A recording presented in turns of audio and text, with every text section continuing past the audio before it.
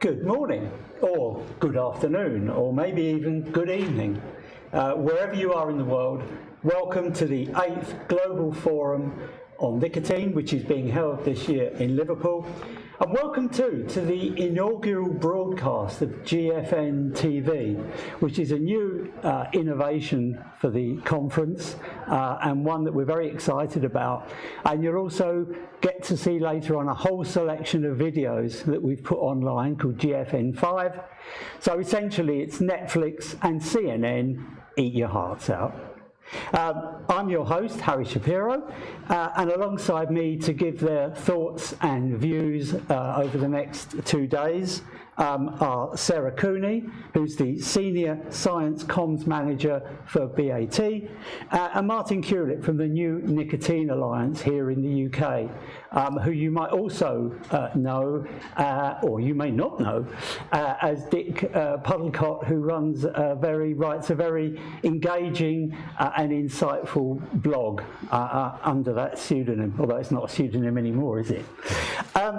So, Martin, if I can come to you first. France versus the campaign for tobacco-free drugs. How do you think that's going to play out? I mean, you know, Matt Myers versus Mbappe on the wing, it's really not going to play out, is it? Not playing into the Euros, though. Hang on a minute. Okay, Quentin Tarantino says get on with it. So this conference is about the future of nicotine. That's the theme. But we're going to leave that until the end, because we'll be back right at the end. We'll be here at various points during the conference, but we'll be back here at the end to do a wrap-up, and we can kind of talk about how we think the future of nicotine has gone on the basis of what people have said. But the overarching theme, of course, is of the conference, the mission statement, if you like, is where science meets policy. So I'm interested in what that means for you. I mean, you've been a regular attender at GFN. So what's important about this particular conference? Why are we all here? But particularly, why are you here? Why do you come? Well, I've been to all 8, including this, in various forms. You know, last year it was online, obviously, and it's just good to throw around a few ideas and hear perspectives from all over the world. You know, we feel quite lucky in the UK that we're doing rather well with harm reduction, and I do understand that sometimes we might come across as saying, you know, we'd like things to be better in the UK, but then you look at countries like Australia and other countries who think we would kill to have what you've got in the UK, you know, but we're still trying to improve it even here. But you know, just coming to these events, you do get a perspective of what's going on in the rest of the world. You do get to talk to people from you know, the consumers, most importantly for us as a consumer organisation, but also talk to people in industry and a few public health people who've braved to come along. It's a shame we don't have more. You know, in the past we used to get the likes of Deborah Arnott and Linda Bald and that type of person come along, and I wish they would not impose this self-imposed apartheid and keep away when they could come along and learn just like the rest of us from just talking to consumers from all over the world and maybe get an insight into how industry views the future going forward as regards nicotine products and safer alternatives. Yeah, because it does mean, and there's a very I mean, my background is very much in the world of illegal drugs and drug law, drug harm reduction and so on. And it is in a very similar vein that there is very little debate in that arena, because it takes 2 people to have a debate. And if you can't get the people in the room, it's very hard to find consensus or find a way forward or see if there are walls that you could maybe climb over in order to sort of, you know, meet people on the other side. So it feels like it's a problem that's actually got worse within the tobacco harm reduction arena. Yeah, and what you need to think of is, you know, you do find, you know, the likes of WHO now seem to be turning their guns onto nicotine rather than smoke, which obviously we don't think they should be doing. But regardless of whether they want to target nicotine, it's a simple fact that at the moment the market leader of nicotine delivery products at the moment is a cigarette.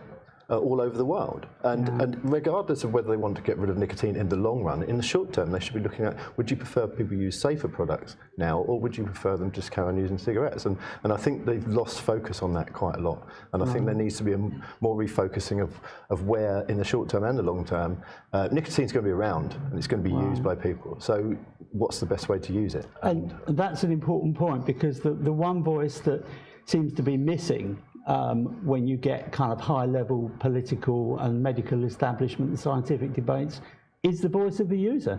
Nobody actually seems to be that bothered. Maybe they're scared about what they're going to hear about the fact that these products, you know, people have quit smoking and their life chances have improved and all the rest of it. Maybe they just don't want to hear what for them would be the bad news. Well, that's true. I mean, you know, later this year we got the World Health Organization's COP9 meeting.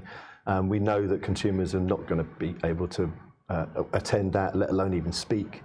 We've also got a review on the European Tobacco Products Directive coming up, and ETHRA, European Tobacco Harm Reduction advocates, have been doing very well trying to get their voices heard in the EU. But still, like you say, it's a high-level discussion, and they don't really take into account consumers' views as much as they really should be doing. If I can turn to you, Sarah, I mean, you obviously come at this from a scientific perspective, but I think you also bring some kind of personal experiences and stuff within that arena as well. So maybe you could just elaborate a little bit on that.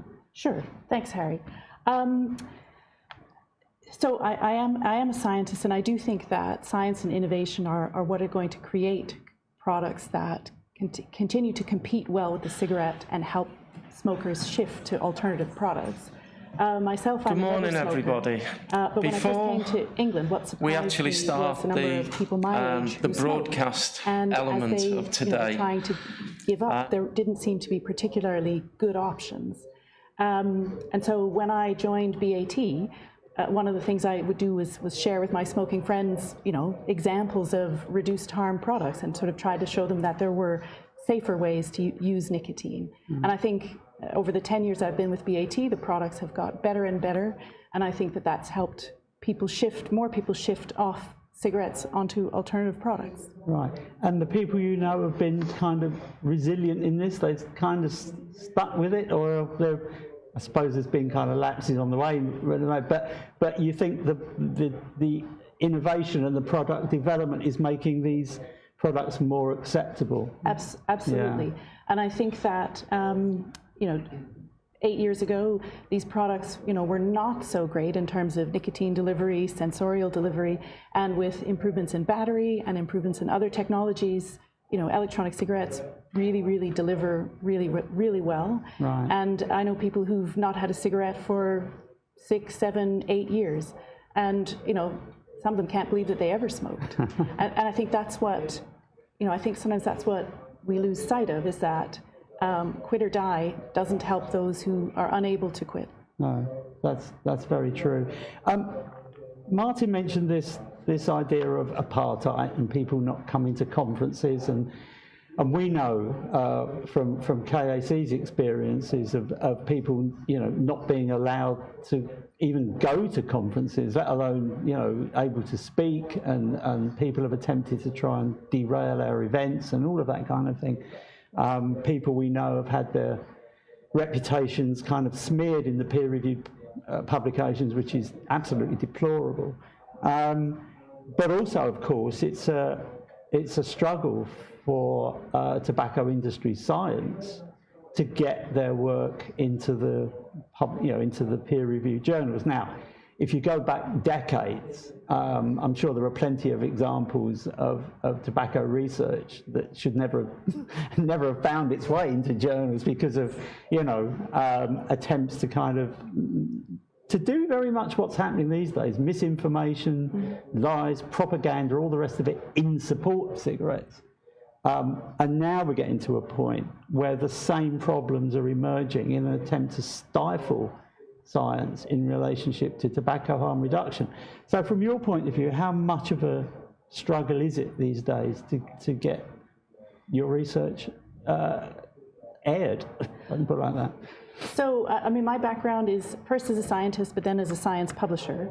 And my experience is that although there are some high-profile bans, censorship bans against tobacco industry-funded work, our experience is that although we sometimes have some bumps along the way, we are able to get our work into good peer-reviewed journals. Sometimes it takes a bit of time, but in the last 6-7 years, we've had over 100 manuscripts on reduced-risk products accepted in the literature.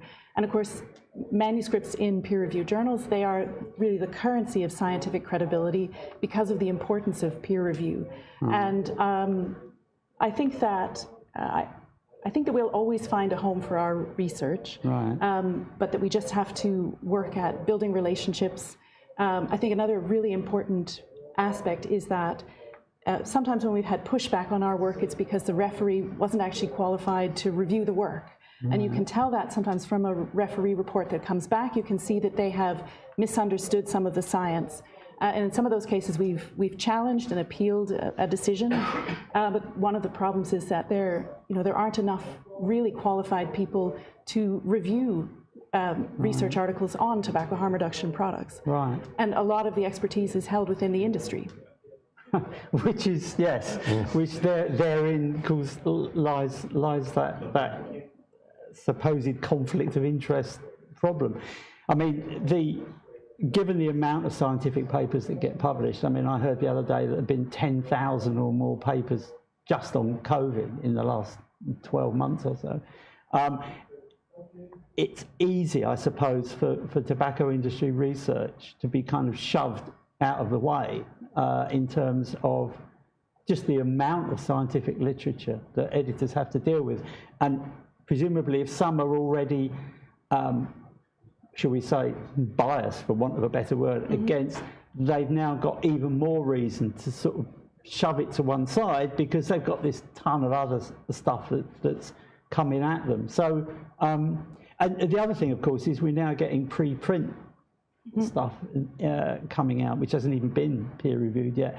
But the other thing I suppose I've noticed is that what gets into the media, of course, is always the bad news. A new research project from X shows that this terrible thing is going to happen if you smoke, if you vape e-cigarettes, or if you have a heated tobacco product. Is it still the problem then that not only does the bad news more likely to get published, but it's also more likely to find its way into the media? I mean, do you find that whatever neutral or positive or whatever work that you've done from a science communication point of view, it's hard to push beyond the peer-reviewed journal into a more generalized audience? Well, I think what we try and do is, so a peer-reviewed article is pretty intense, and not everybody wants to read that. So we do other things to try and translate the paper into, easier to understand language and easier to understand material. So a press release, for example, but we've also produced infographics about an article. And so it depends on how we then share that and try and amplify the key messages, the key scientific facts that are in that particular paper. So we've had some good success with that in the past. And then going back to one of your other points, I think as traditional journals receive more and more submissions every year, they have restricted page budgets, so they can't increase the number of accepted papers year on year. They have to reject more. So with traditional journals, you sometimes see a narrowing of their aims and scope. But there is also open access journals which accept sound science, and because they're online only, they don't have a page budget restriction. So we've been able to submit to open access journals, and because their purpose is to publish all sound science, that's also been a good avenue for us. Excellent, thank you very much. Okay, so we've got two keynotes, both fairly trenchant in their views about the direction of tobacco control as it relates to tobacco harm reduction. And then we've got some presentations and discussions about this whole contested area of science and clinical evidence. And you will see, if you didn't know already, that the science is very much not pure science. So I don't want to get a red card. I was already had a yellow card for the rather weak joke. So I'm going to hand over now to our host for the keynotes, Paddy Costa.